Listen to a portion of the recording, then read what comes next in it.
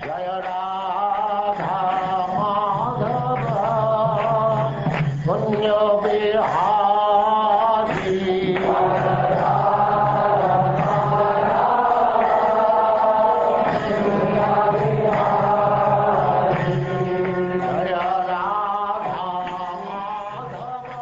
And now Chapter 9, the Supreme Character of Jada Bharat.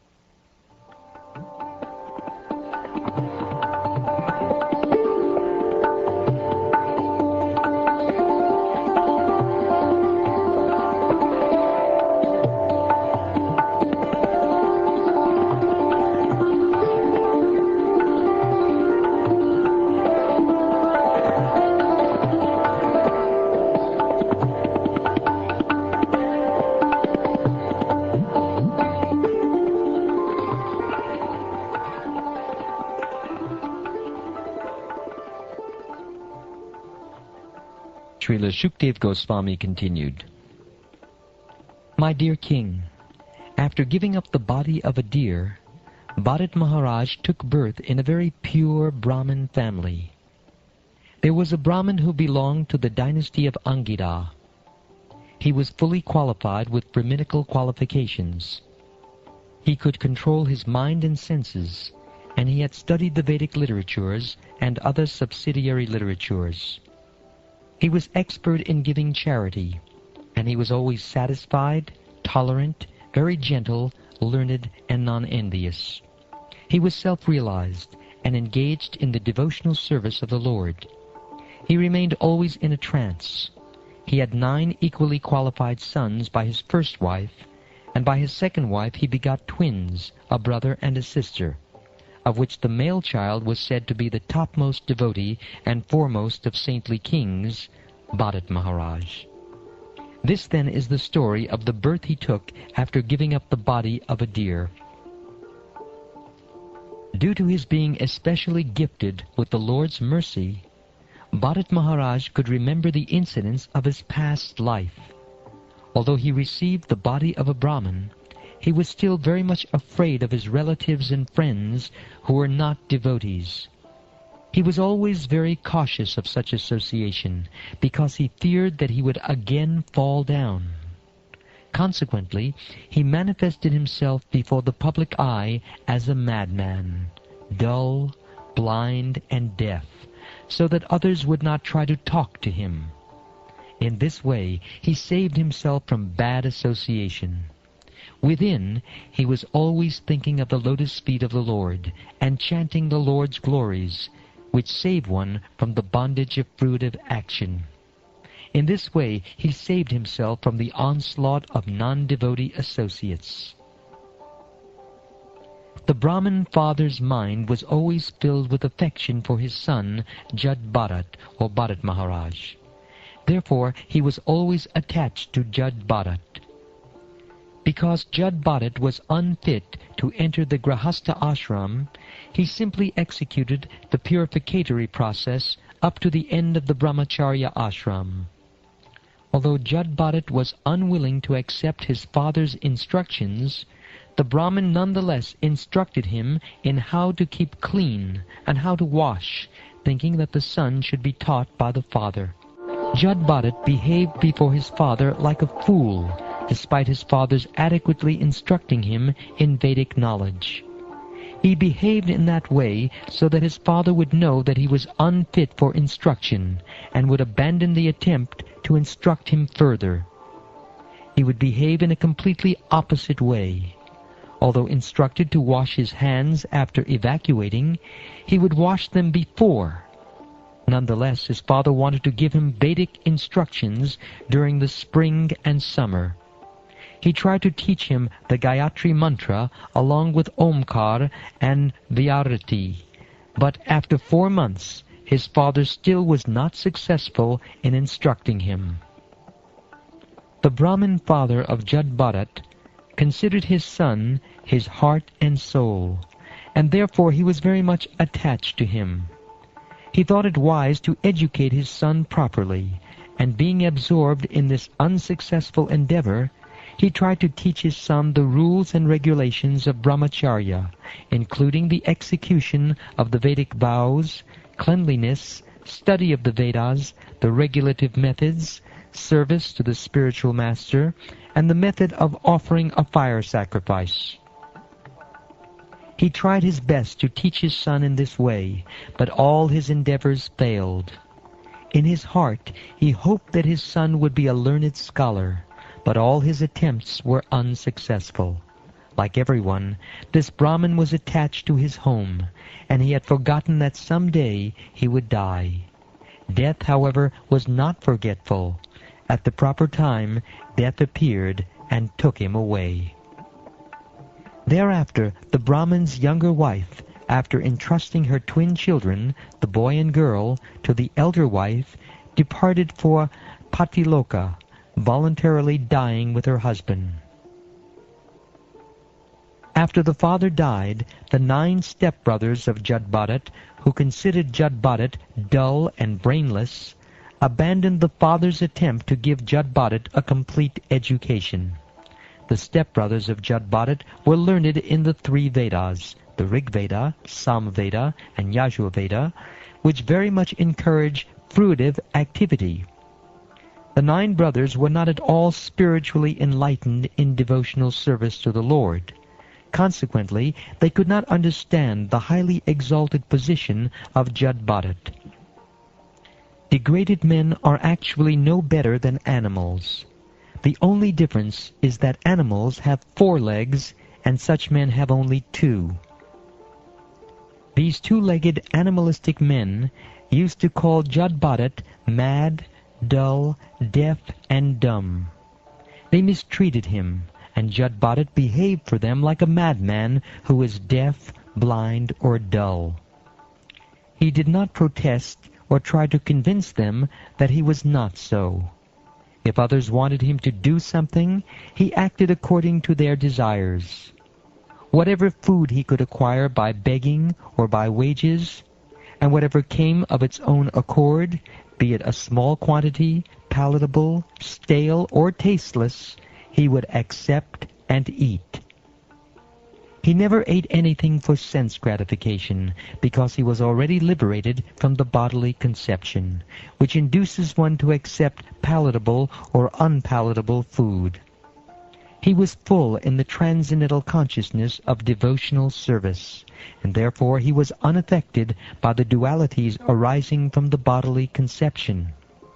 Actually, his body was as strong as a bull's, and his limbs were very muscular. He didn't care for winter or summer, wind or rain, and he never covered his body at any time. He lay on the ground and never smeared oil on his body or took a bath. Because his body was dirty, his spiritual effulgence and knowledge were covered, just as the splendor of a valuable gem is covered by dirt. He only wore a dirty loincloth and his sacred thread, which was blackish. Understanding that he was born in a Brahmin family, people would call him a Brahma Bandhu and other names. Being thus insulted and neglected by materialistic people, he wandered here and there. Jadbharat used to work only for food. His stepbrothers took advantage of this and engaged him in agricultural fieldwork in exchange for some food. But actually, he did not know how to work very well in the field. He did not know where to spread dirt or where to make the ground level or uneven. His brothers used to give him broken rice, oil cakes, the chaff of rice, worm-eaten grains, and burned grains that had stuck to the pot. But he gladly accepted all this, as if it were nectar. He did not hold any grudges, and ate all this very gladly.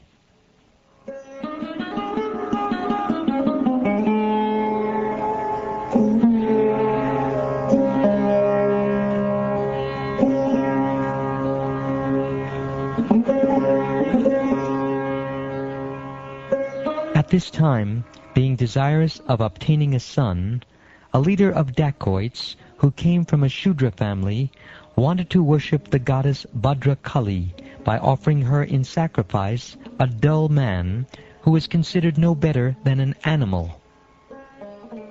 The leader of the dacoits captured a man-animal for sacrifice, but he escaped, and the leader ordered his followers to find him. They ran in different directions, but could not find him.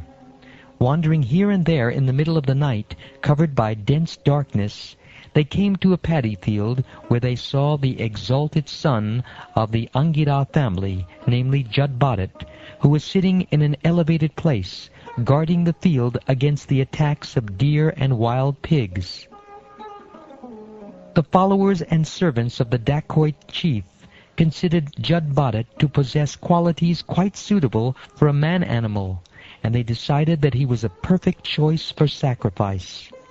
Their faces bright with happiness, they bound him with ropes and brought him to the temple of goddess Kali.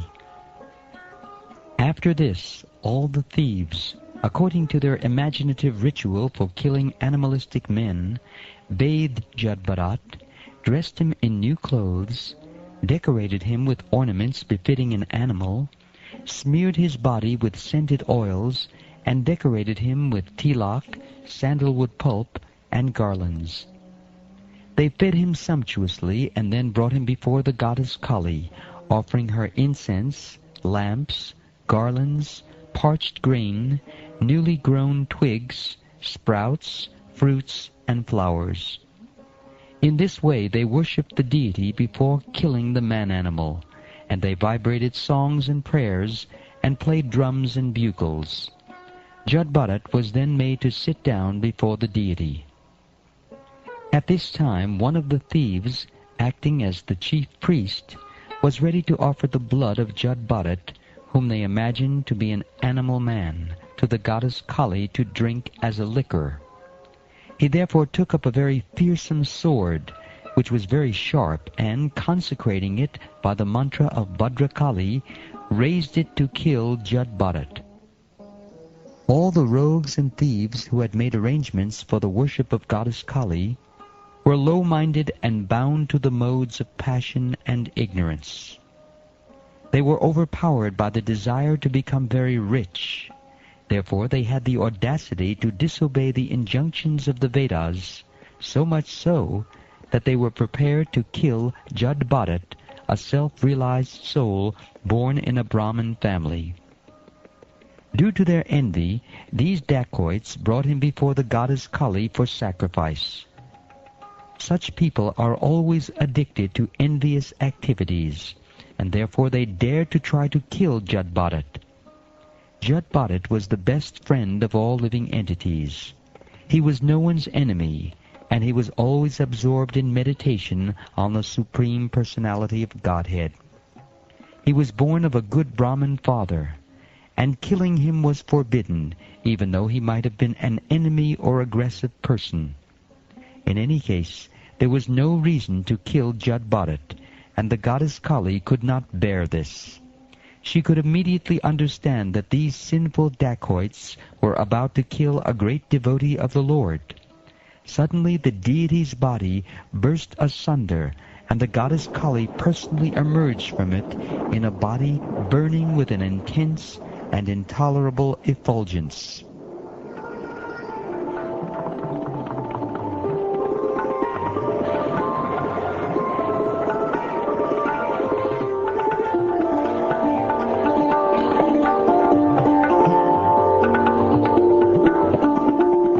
Intolerant of the offenses committed, the infuriated goddess Kali flashed her eyes and displayed her fierce, curved teeth. Her reddish eyes glowed, and she displayed her fearsome features. She assumed a frightening body, as if she were prepared to destroy the entire creation. Leaping violently from the altar, she immediately decapitated all the rogues and thieves with the very sword with which they had intended to kill Jadbharat. She then began to drink the hot blood that flowed from the necks of the beheaded rogues and thieves, as if this blood were liquor.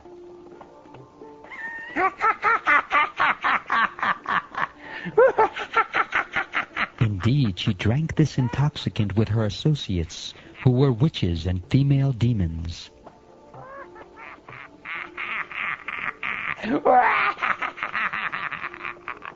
Becoming intoxicated with this blood, they all began to sing very loudly and dance as though prepared to annihilate the entire universe.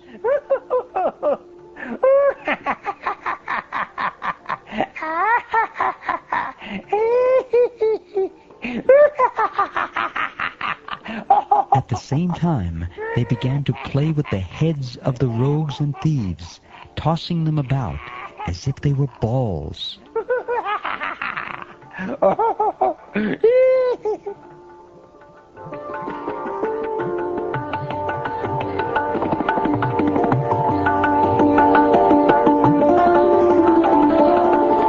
When an envious person commits an offense before a great personality, he is always punished in the way just mentioned.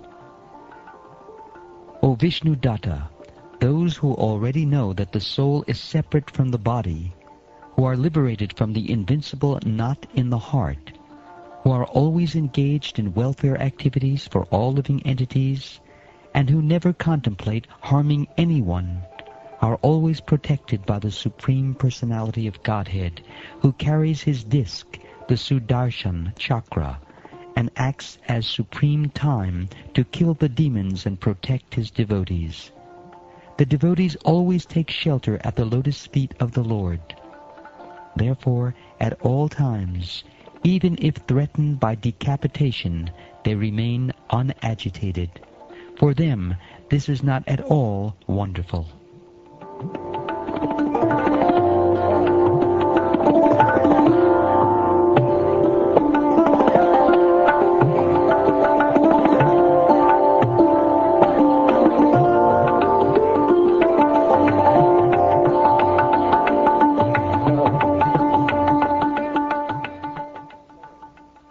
Thus ends the 9th chapter of the 5th canto of the Srimad Bhagavatam, entitled The Supreme Character of Jada.